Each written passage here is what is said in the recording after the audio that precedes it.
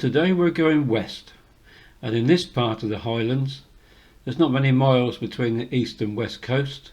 We're actually off for a day on and around the NC500, so it'll be interesting what we find. And we're following the course of the Choice-Walkumentaries coastline at the moment, heading towards Achnasheen, and just having a look at the ruins of a little, probably two crofts or one croft settlement with two little houses. There's an awful lot of these around, just left behind when the clearances from the lairds drove the crofters out of the Highlands and out towards the coast. And we're looking at, and apologies to my Scottish friends here, somebody who's trying to learn to speak Welsh probably speaks Scottish with a Welsh accent, but we're looking at Loch Achanalt and now Loch Achillin, which is the best way I can pronounce it. One reason for looking at these two is that in a moment you'll see a bit of video, and the Choice-Walkumentaries coastline crosses between the two lochs. Even if I never get to travel on the Kyle line, the fact that I've been along this road and seen some of the scenery that you can see from it, well, feelings beyond words. Yeah,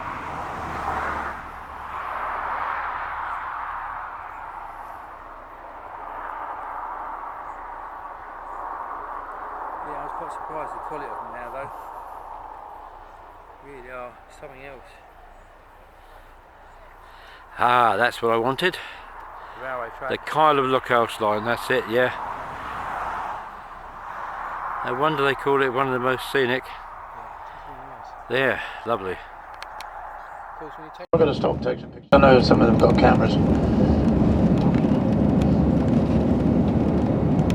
This area on the left hand side where you see the high mountains, this is all part of the Ben National Park, National Nature Reserve.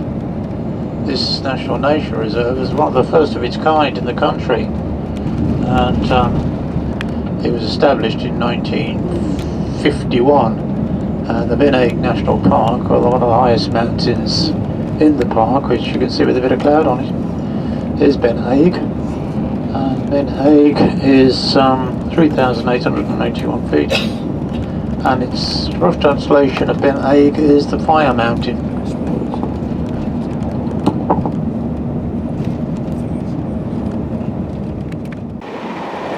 I'm not sure how to pronounce this. Lake Corrieshalloch. I'll look it up and we'll hopefully put the correct title later. But this is the kind of thing we find almost every twist and turn on this road. We're actually heading out from Strathpeffer across the west of Scotland to MVU Gardens today, where I hope to do some filming. But this is just the most incredible scenery, once in a lifetime. And this is what you've got on the other side of the road. Not sure if this road is part of the North Coast 500 or not. It wouldn't surprise me if it was. Yeah, fancy living here, eh? There's plenty of the old crofters' cottages with just the walls and the side pieces left after the clearances, and many Scots were driven out of their crofts, forced on boats to places like Canada, United States, until the British government put a stop to it. It's why you see so many, particularly in the north of Scotland, settlements on the coast where a lot of the crofters settled and become fishermen. Now we've arrived in Glendochety, This has got to be one of the most spectacular viewpoints this part of Scotland.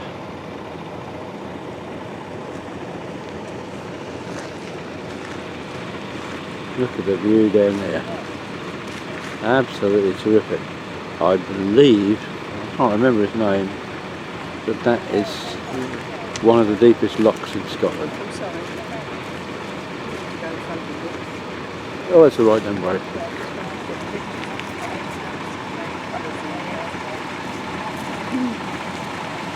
This is absolutely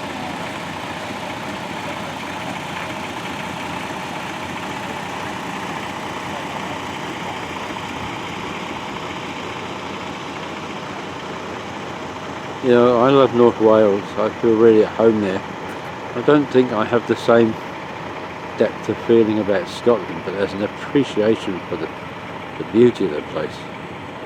You can't deny that. This is literally once in a lifetime, and I'm ever so glad I took the opportunity to come. To be honest, I'm surprised there's so little traffic really on the roads. The Scottish schools are off for the summer.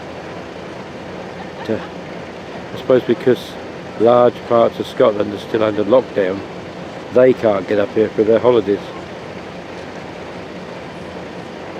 But very shortly we're going down that road there and we're skirting alongside the loch, so hopefully there'll be some more photo opportunities. In the meantime, being on a coach tour, it's time to get back on the coach and move on, but what a lovely place to have stopped. This is the classic scene picture that you so often see in videos, publicity leaflets, that kind of thing. It sort of brings to mind the road to the Isles, although this isn't technically the real road to the Isles, that goes up through Mallaig. But I'd dearly love to play you Mark Knopfler's Wild theme from Local Hero, but I'd get drummed out of YouTube if I did. But anyway, moving on. We are looking at a peak known as, I think it's pronounced Choice-Walkumentaries, but that's the best I can do anyway. And now on with the video. And we're down here at Loch Marie.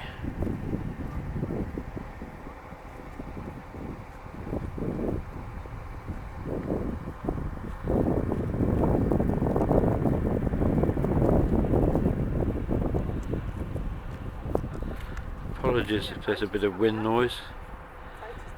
There's been very little wind up here so far.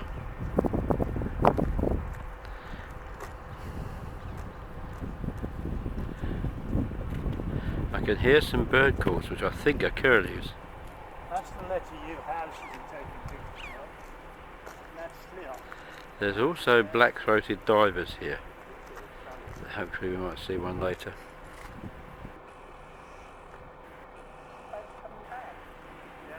And letter U house. Only accessible by boat.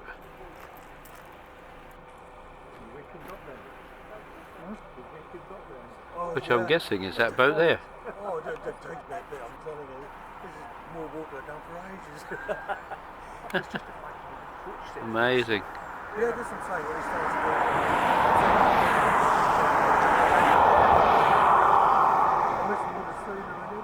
oh, I'm the same, yeah. Plus to know about this when the missus nudges me. I suppose that's the house. This is Scotland's fourth largest freshwater loch. It's actually got 65 or more islands in it, and the largest of which, if I pronounce it correctly, NC500, has its own loch within it, with an island on that. A situation unique in Great Britain. This is one of Queen Victoria's favourite places to visit.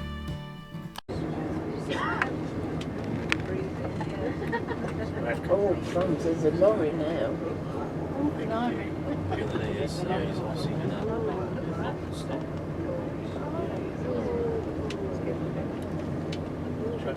Just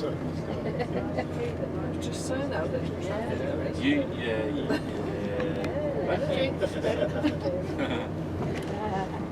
is. Single track with passing places.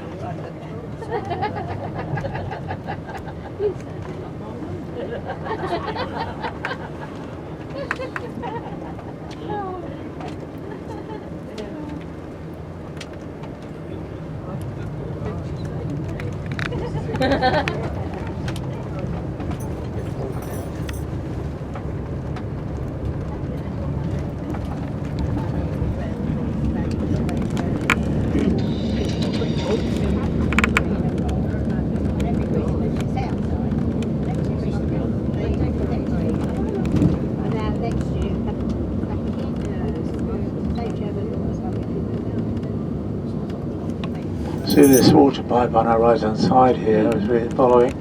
This is gathering the water from that dam just we saw. It's funneled into that pipe. Hotel is on the right hand side. I think this hotel's owned by Lochs and Glens or one of those kind of companies. You can come here on coach trip. I think they Lochs and Glens. Now on the west coast. What's it say?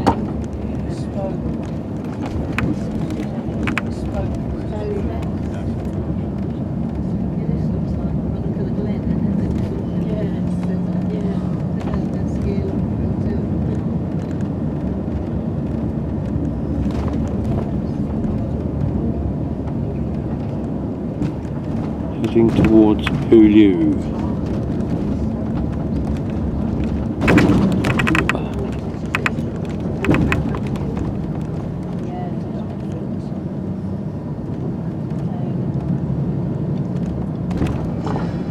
Yeah, Julie said look out for dolphins. Unlikely to see dolphins, but you could possibly see seals in this area. Quite a common place to see seals and or otters and other forms of wildlife.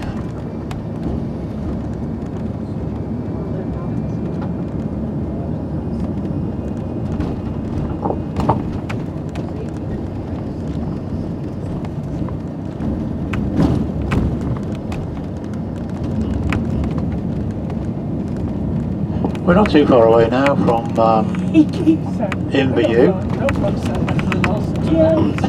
Another hour's time and we might be there. Give me some stick down here. Not too far away now, and you know, a bit late here, but it's difficult to judge, particularly when we make so many stops, and we don't want to spoil it for you. You need to check photographs, but we do take up time doing that. Never mind. But when we get to the gardens, if all you people who have got National Trust cards get off first and get into the gardens, you get off first, please. And then those who are we're paying to go in for you, the ones who've given me to go in, we'll get you in. And obviously there's a bothy here which supplies you with food, sandwiches, cakes, cups of tea, whatever.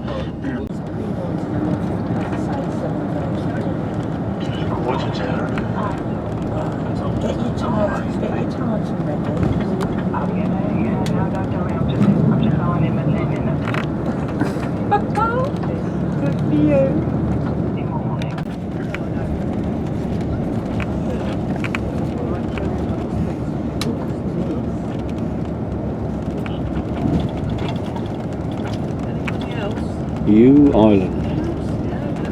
One family lives there and they lease it from the owners. Any drinks for anybody? Incredible. You joined, didn't you? Yeah, good. Good. Good. And although you're not old enough, did you get the senior rate? Now around the other side of the headland, heading for Ullapool. And I don't know in the distance in the fog. Is it a ferry? Is it an island?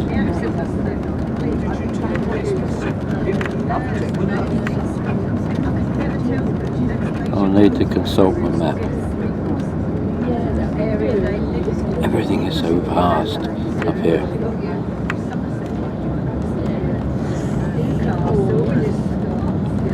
really lovely.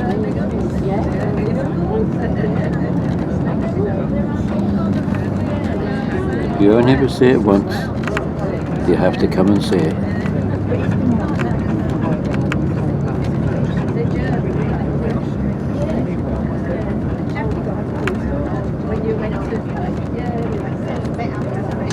Yeah, so if you look to your left or right, in the very distance you see kind of nice little island sticking out there in the distance. It's actually uninhabited, also known as Priest Island. Apparently it was a small retreat or getaway for the Christians back in the day, with the early mid 1800s, I believe but it's technically now known as being uninhabited for the many islands, but that's further up to your left.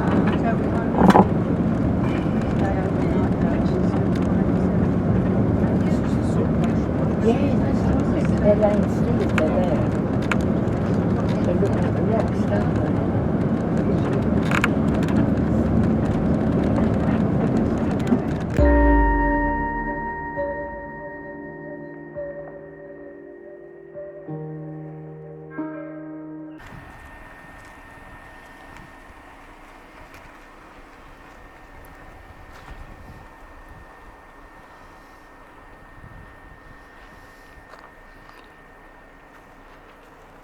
I'm coming.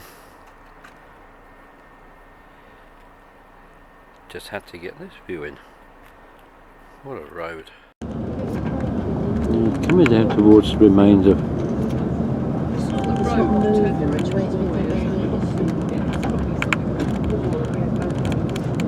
World War II naval storage facilities that have never been dismantled. Corrieshalloch, I think this is.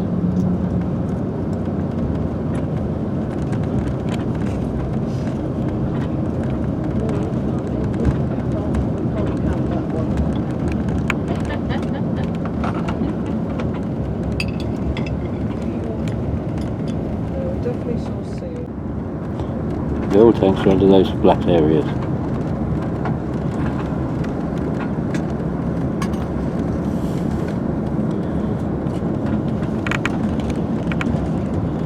And the island over there has only just had people allowed back on it because where anthrax experiments were carried out in the last war,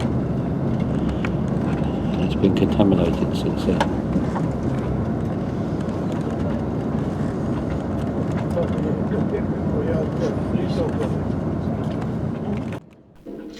Well, we're following the shores of Little Loch Broom at the moment, down towards the fish farm at the end of it. And then we left there and went through the mountains to the final part of this video, a visit to the Corrieshalloch Gorge. I had very little time to film there. Basically, we climbed down 200 feet, down obviously a properly made pathway, and then we only had a few seconds each because they only allow 6 to 8 people at a time on this rickety suspension bridge built by the Victorians. And I'm looking down another 200 feet. And there's the salmon fish farm.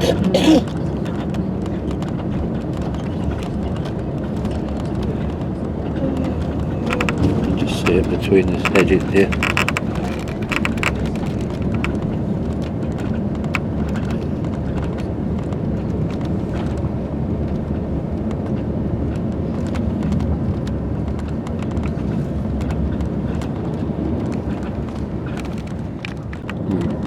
There's another one.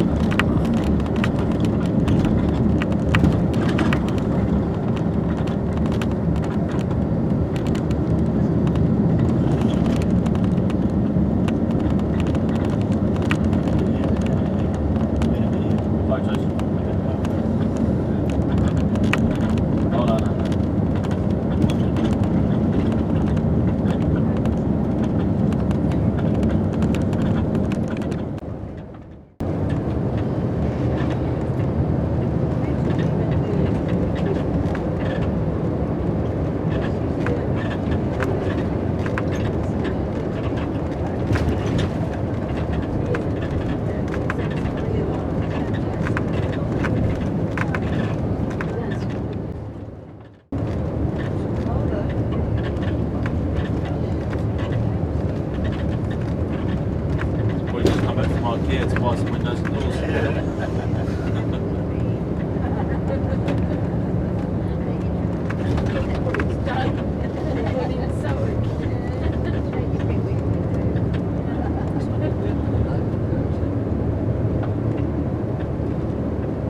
Wind turbines, huh?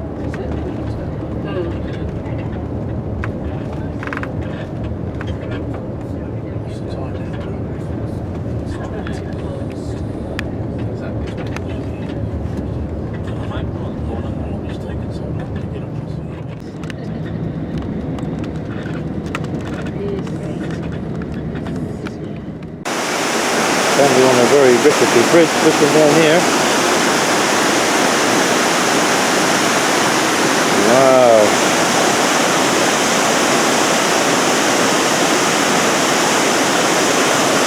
Big gorge.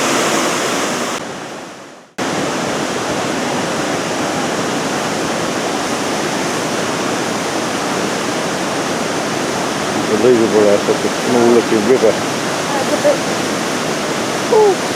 It's unbelievable how such a small looking river appears to have carved this deep gorge.